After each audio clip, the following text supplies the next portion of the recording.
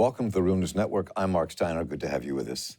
On the eve of the 5th anniversary of massive demonstrations that became known as the Umbrella Movement that took place against the Chinese government who called for limiting democracy, several leaders or publicly prominent figures in these months of demonstrations were arrested.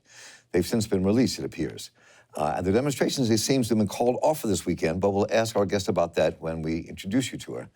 And while these largely leaderless mass demonstrations have taken over life in Hong Kong in the last several months and show no signs of abatement, there are a number of questions to be explored. What are the demands? I think many people in the globe are not sure what the demands are, and we can talk about that. What are the various groups that are represented in these protests? Can the Beijing government afford to attack them and enter the city? What could be the outcome of all of this? And then there's the question that needs to be asked about people like Joshua Wong and others, and the political parties like the National Party and Demosisto, that some people say have relationships with the United States government agencies. Does that mean anything? What does that mean? And while not denying the Hong Kongans their own agency, what role does that play?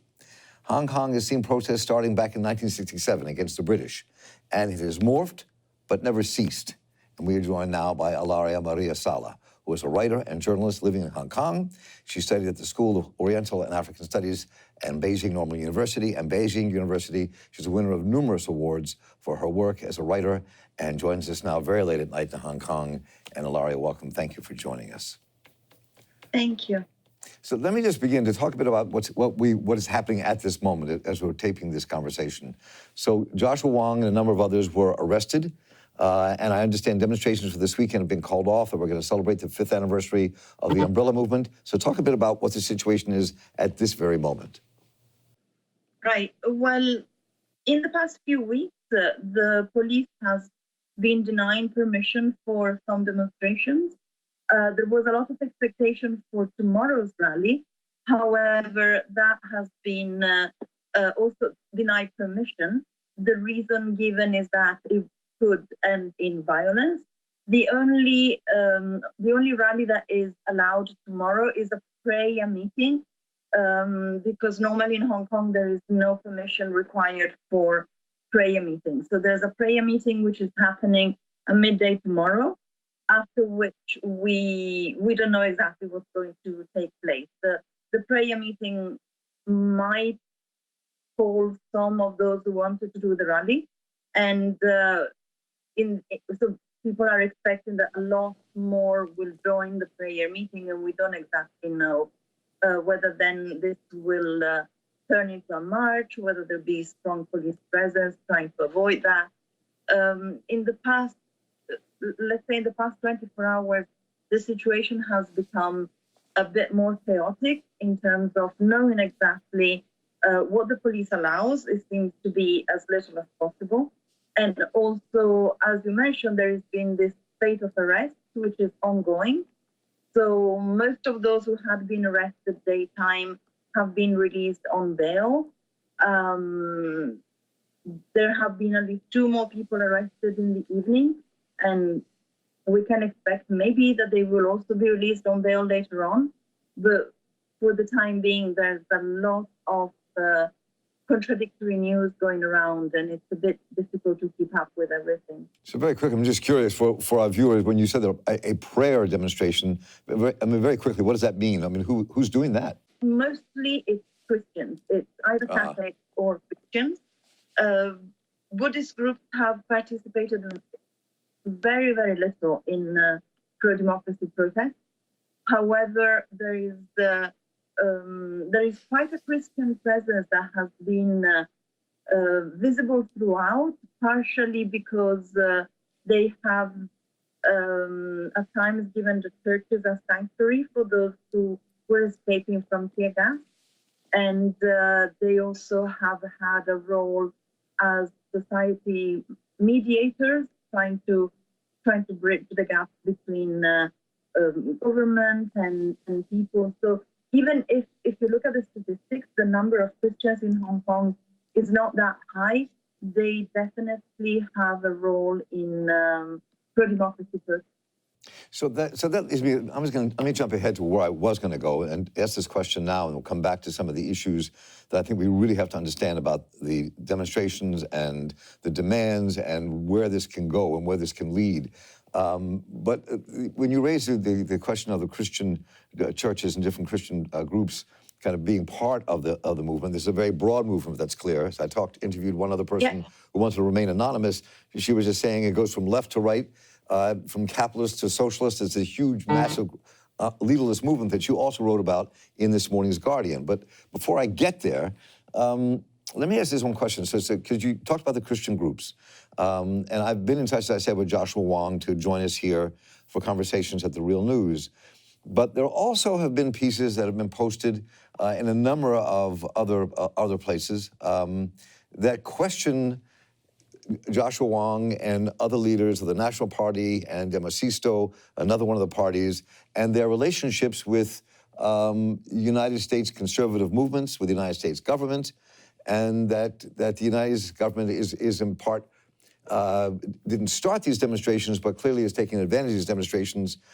His meetings with the American consulate in Hong Kong. So talk a bit about that. I mean, and as I ask this question, I want to be clear.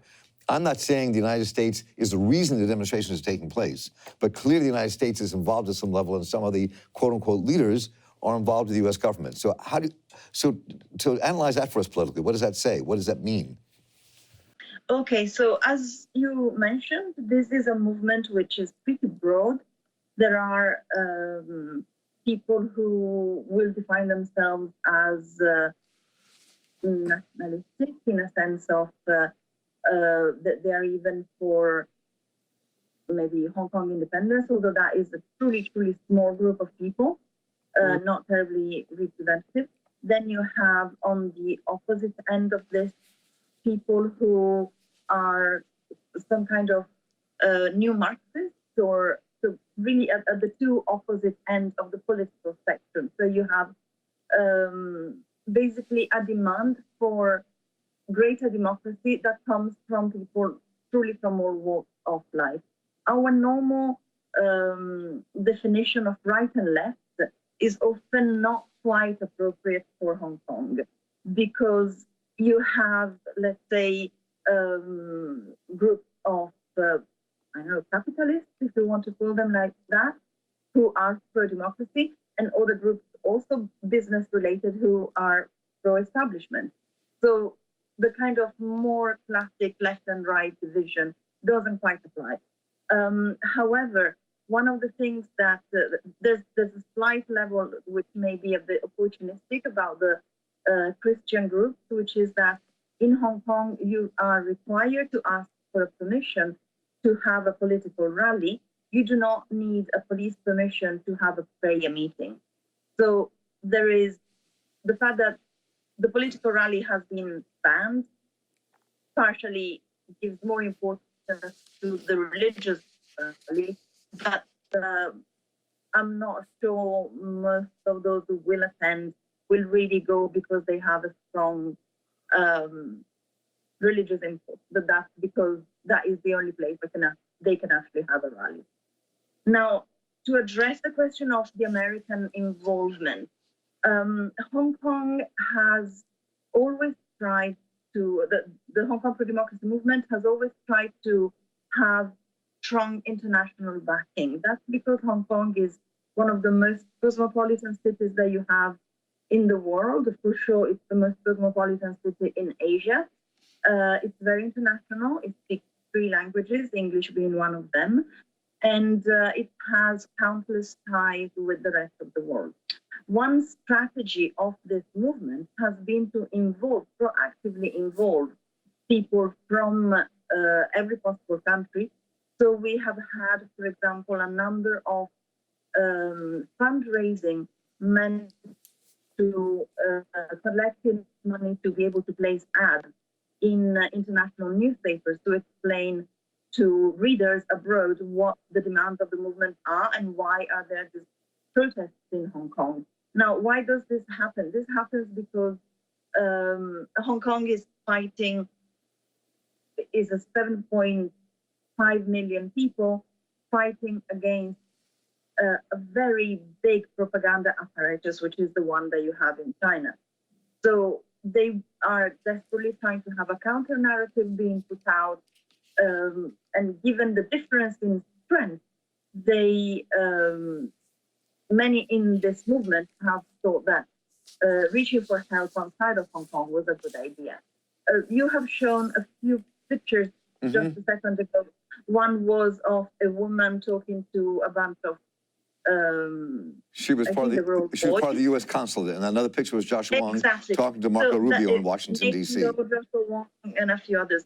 Now, that picture has been used by the Chinese propaganda as proof that there was some kind of conspiracy or some abetting being done by the United States.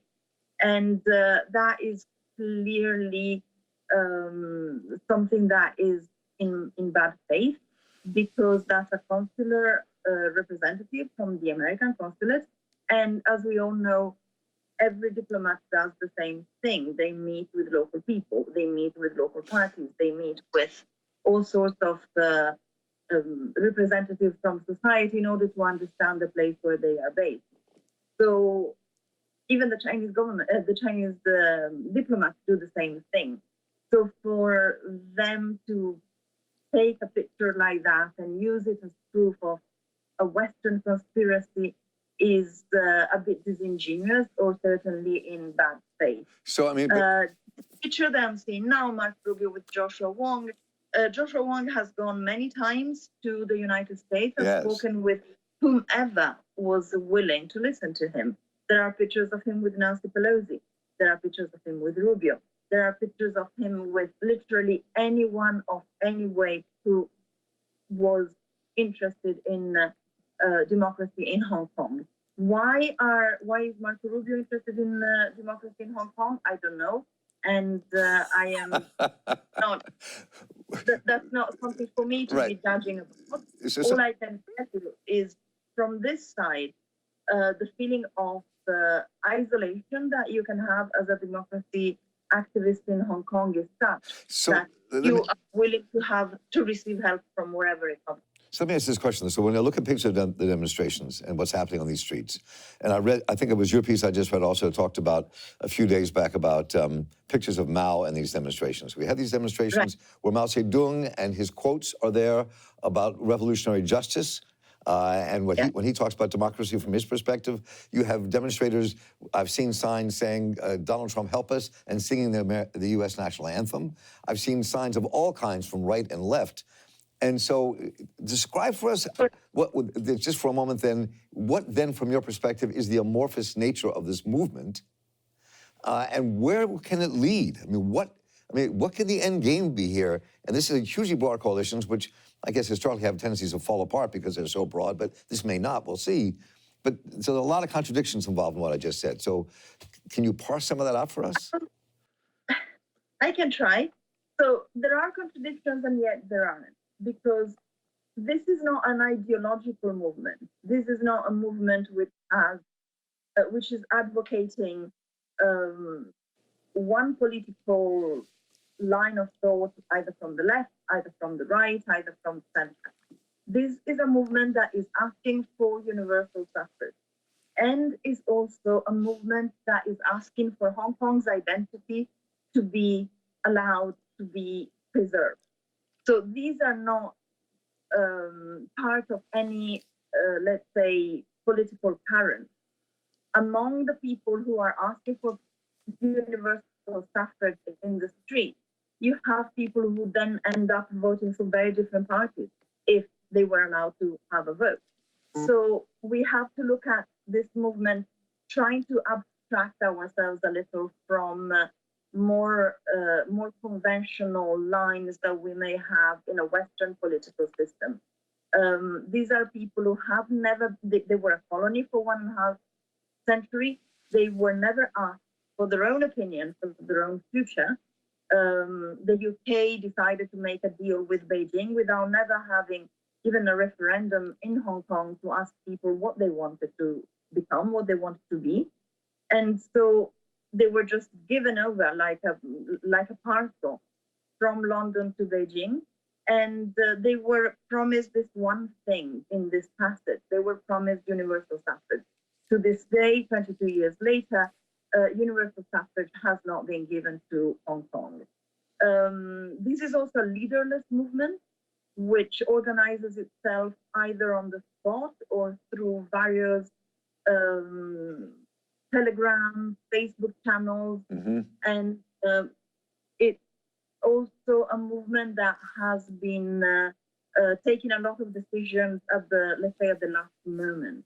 In this sense, again, there is no clear line. There's actually, when you see those who call themselves the frontline fighters, they are most like, I think we could call them more anarchists than anything else. Then you have those 15 foreign flags. Some of them are from the US, some of them are from the UK. There's also some people who have been waving the colonial flag. Now, there are very few. If you think that we have had in Hong Kong marches of up to 2 million people, I have counted the moment when there were the most foreign flags, I counted 14. So that's, it attracts a lot of attention, but it shouldn't, because it's really a very small proportion. The British flags, some of those are being waved by people who have a kind of mixed status that was left to them by the Brits, which is British national overseas. It's a half a passport. It's not a full nationality. It's a passport. It's a travel document, basically. And those who are waving that flag are basically asking the UK to take responsibility for them, for the mess they feel that the British have left them in. Then there are those who are waving American flags because some are of the idea that Trump may support them. If you talk with many Chinese dissidents today, you'll find a surprising number of them saying that they are supporters of Trump. If you start asking what that means in terms of this for Trump's policies, do they even know what Trump's policies are? What about the war? What about the Mexican border? What about, you know, the law that you know even better than me? They have no clue about all that. They don't really care about any of that.